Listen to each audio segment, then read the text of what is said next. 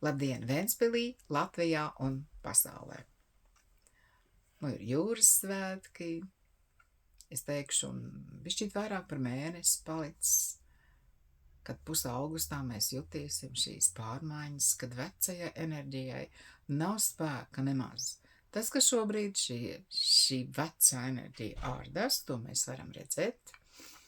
To, kad skrien kā sadeguši sektanti, un viņiem nav nekāda sakara ar Dievu, viņi līdz cilvēkiem klāt, un ja ne ar labu, tad ar ļaunu un pat nolādu uz ielas.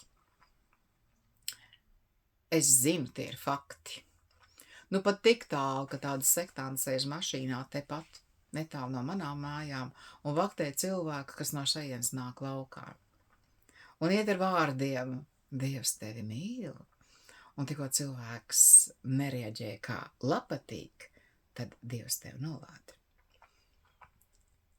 Nevajag to Dieva vārdu zākāt pārāk daudz. Tā ir viena lieta. Un ja kāds to pārāk bieži uzsver, tad tam nav nekādas sakara ar Dievu. Nekāda. Jums visiem ir jāiemācās ieklausīties sevi. Mums visu laiku saka priekšā, bet ko tad cilvēks dara? Viņš šaubās, viņš citiem stāst un viņš neizdara neko. Vai slavenais vārds es nevaru? Nu, man ir cita atbilde. Dzīvot gribēs, ne to vien varēs. Un ar to man jāsastāvas tagad katru dienu.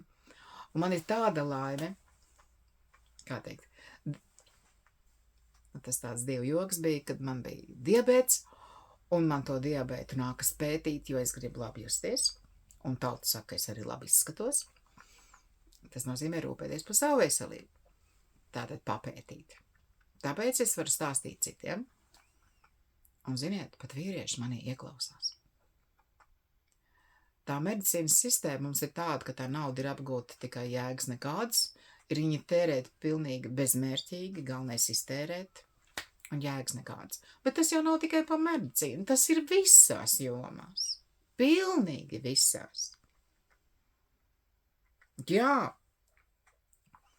Arī šodien man cilvēki piekrīt, mēs paši pie tā vainīgi, jo mēs komunistus pie varas atstājām 35 gadus atpakaļ. Nu tagad jau glābšot tos, kam pāri 85, ka tiem pie pensijas pieliks. Nu te gudri cilvēki sarēķinājuši 20 eiro pieliks. Un to viņi tā lepni saka, tas ir viņu deklarācijā. Nu, kamēr pieliks, tikmēr viena liela daļa no tiem 5000 bišķīt vairāk būs jau kapakalniņā. Vai cik viegli solīt, zinot, kā tas notiek. Nu jā, mēs taču atceramies, kā var nesolīt. Bet ir viena tāda lieta. Zvērests solījums ir jāuztver nopietni. Katrs vārds, ko tagad mēs sakam, ir jāuztver ļoti nopietni. Tikko tas aizies ar ļaunumu un dusmām, tas iet atpakaļ uz pašu cilvēku, kas to saka. Un pat domā. Vakar mana vecuma sieviete teica, Anita, izskatās, ka tu ļoti mīli cilvēkus. Jā, es tiešām mīlu cilvēkus.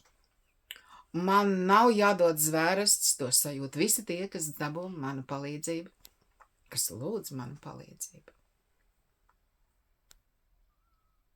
Ja es nemīlētu cilvēkus, es nespētu nevienam palīdzēt, jo šodien tas pasaules lielākais trūkums, tā ir dzīve bez mīlestības.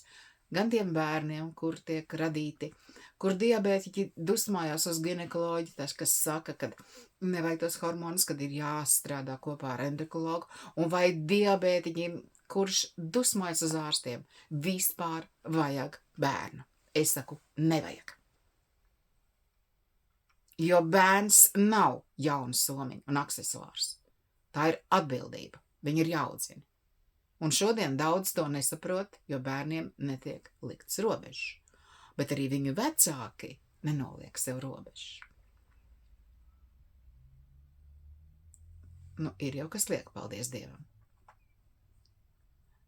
Visiem ir vajadzīgs robežs. Tas cilvēks nav tik augsti attīstīta būtne, lai dzīvot bez robežām. Valstīm ir vajadzīgas robežas, uzvedībai ir vajadzīgas robežas, ir vajadzīgs skaidri pateikt darba pienākumu un atbildību. Jo ir aizgājis haosā, šī visatļautība ir novedusi pie gala šai sistēmai. Nu, es teikšu, paldies Dievam. Bet atcerieties, viena laba lieta arī ir. No haosa nāk jauna kārtība. Mēs viņu gaidām, vai ne? Atā!